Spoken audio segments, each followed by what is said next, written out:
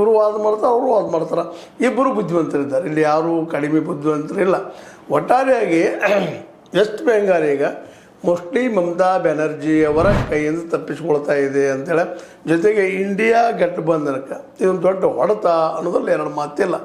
ಯಾಕಪ್ಪ ಅಂತಂದ್ರೆ ಮಮತಾ ಬ್ಯಾನರ್ಜಿ ಅದೇ ಕಾಲಕ್ಕೆ ನಮ್ಮ ರಾಹುಲ್ ಗಾಂಧಿ ಮತ್ತು ನಮ್ಮ ವಿಶೇಷವಾಗಿ ಏನಪ್ಪ ಅಂತಂದ್ರೆ ತಮಿಳ್ನಾಡು ಸ್ಟಾಲಿನ್ ಆಗಿರ್ಬೋದು, ಇವರೆಲ್ಲರೂ ಬಹಳ ಪ್ರಮುಖವಾದ ಪಾತ್ರ ವಹಿಸ್ತಾ ಇದ್ದರು. ಇವತ್ತು ಇವು ಇಲ್ಲೇ ಫೇಲ್ಯೂರ್ ಆಗೋದ್ರಿಂದಾಗೆ ಮೋಸ್ಟ್ಲಿ ಮಮತಾ ಬ್ಯಾನರ್ಜಿ ಅವರು ವೀಕ್ ಆಗೋದ್ರಿಂದಾಗೆ ಸಹಜವಾಗಿ ಇವತ್ತು ಏನೇನೋ ಮಾತಾಡಿದರು. ಅಭಿಷೇಕ್ ಬ್ಯಾನರ್ಜಿ ನಮ್ಮ ಮಮತಾ ಬ್ಯಾನರ್ಜಿ ಅವರ ಅಳಿಯ ಮಾತಾಡಿದರು.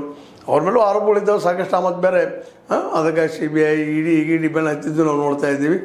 ಅದು ಒಂದು ಕಡೆಗಾದ್ರೆ ಅವ್ರು ಹೇಳಿದರು 10 ಜನ ಮಾತು ಸಹಿತ ಈ ಗುಜರಾತ್ ಗ್ಯಾಂಗ್ ಅಂತ ಕರೆದಿದ್ರು. ಅವರು ಸಣ್ಣ ಶಬ್ದ ಅಲ್ಲದು, ಗುಜರಾತ್ ಗ್ಯಾಂಗ್ ಅಂತ ಕರೆದು ಗೆಲ್ಲಕ್ಕೆ ಸಾಧ್ಯ ಇಲ್ಲ ಅಂತ ಹೇಳಿದರು. ಆದರೆ ಈಗಿನ ರಿಸಲ್ಟ್ ನೋಡ್ತಾ ಇದ್ರೆ 178 ಅಂದರೆ ಮಿನಿಮಮ್ ಬೇಕಾಗಿದ್ದು 148 ಅದು ದಾಟಿ ಹೋಗ್ಯದ BJP ಅಂತೇಳಿ ರಿಪೋರ್ಟ್ಸ್ ಬರ್ತಾ ಇದ್ದಾವೆ. ಇದನ್ನು ಗಮನಿಸಿದಾಗ ಇನ್ನು ಮಮತಾ ಅವ್ರ ಯುಗ ಮುಗೀತೇನೋ ಅನ್ನುವಂಥದ್ದು ಒಂದು ಸಂಶಯ ಉತ್ಪನ್ನ ಆಗ್ಲಿಕ್ಕೆ ಮೋಸ್ಟ್ಲಿ ಮುಗೀತಂತ ಕಾಣ್ತದೆ. ಇನ್ನು ಅದೇ ಕಾಲಕ್ಕೆ ಒಂದು ಕಾಲಕ್ಕೆ ಕಮ್ಯುನಿಸ್ಟರ್ ಜೋರಿತ್ತು. ಆನಂತರ ಮಮತಾ ಬ್ಯಾನರ್ಜಿ ಅವರ ಕಾಂಗ್ರೆಸ್ ಬಂತು. ಇನ್ನು BJPಗರ ಹಿಂದುತ್ವಲ್ಲೇ ಆಳುವಂಥ ಒಂದು ಪ್ರಸಂಗ ಬರ್ತದೆ. ಯಾವುದಕ್ಕಾದ್ರೂ ಒಂದು ಆರಂಭ ಒಂದು ಅಂತಿದ್ದೇ ಇರ್ತದೆ. ಬಟ್ ಈ ಆರಂಭ ಮಾತ್ರ ಸ್ವಲ್ಪ ಸುದೀರ್ಘವಾಗಿ ಜಗ್ಬೋದೇನೋ ಅನ್ನೋಂಥ ಮಾತು ಕೇಳಿ ಬರ್ತಾ ಇದ್ದಾವೆ.